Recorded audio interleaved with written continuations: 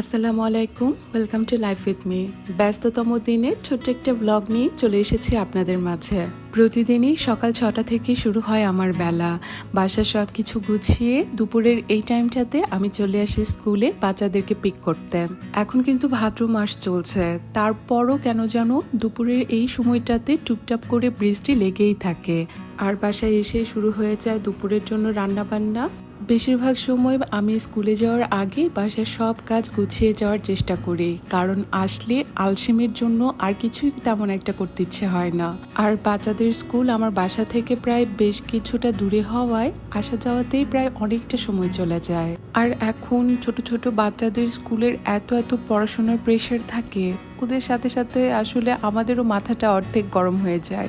আর আজকে এরকম সিম্পল খাবারের আয়োজন ছিল: ভর্তা, মাছ ভাজা, মিষ্টি কুমড়া ভাজা, বেগুন, আলু আর চিংড়ি মাছ দিয়ে একটা তরকারি, আর সাথে ছিল পাতলা করে মুগ ডাল।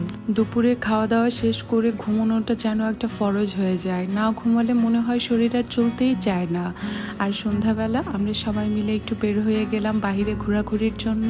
বেশি দূরে না, চলে গিয়েছিলাম বাসার কাছে বাচ্চাদের পছন্দের একটা জায়গায়। বাচ্চাদের যদি কোনো একটা জায়গা কোনোভাবে মনে ধরে যায়, সেই জায়গায় ওরা বারবার যেতে চায়। মাও আছেন আমাদের সাথে প্রায় বেশ কিছুদিন।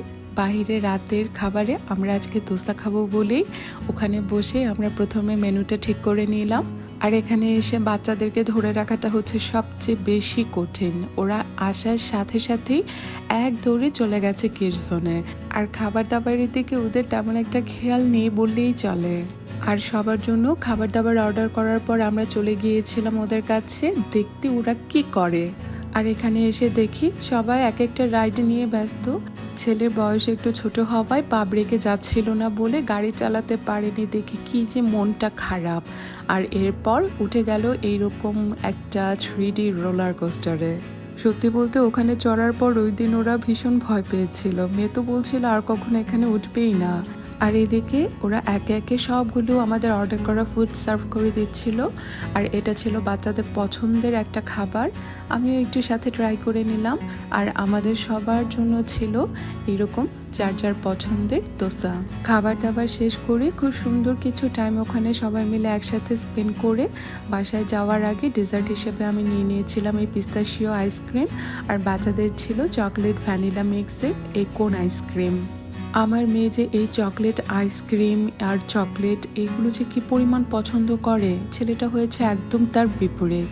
খুব সুন্দর কিছু টাইম স্পেন্ড করে সবাই মিলে একসাথে খাওয়া দাওয়া, বাচ্চাদের সব ইচ্ছে পূরণ করে অবশেষে রওনা হয়ে গেছি আমরা বাসার উদ্দেশ্যে।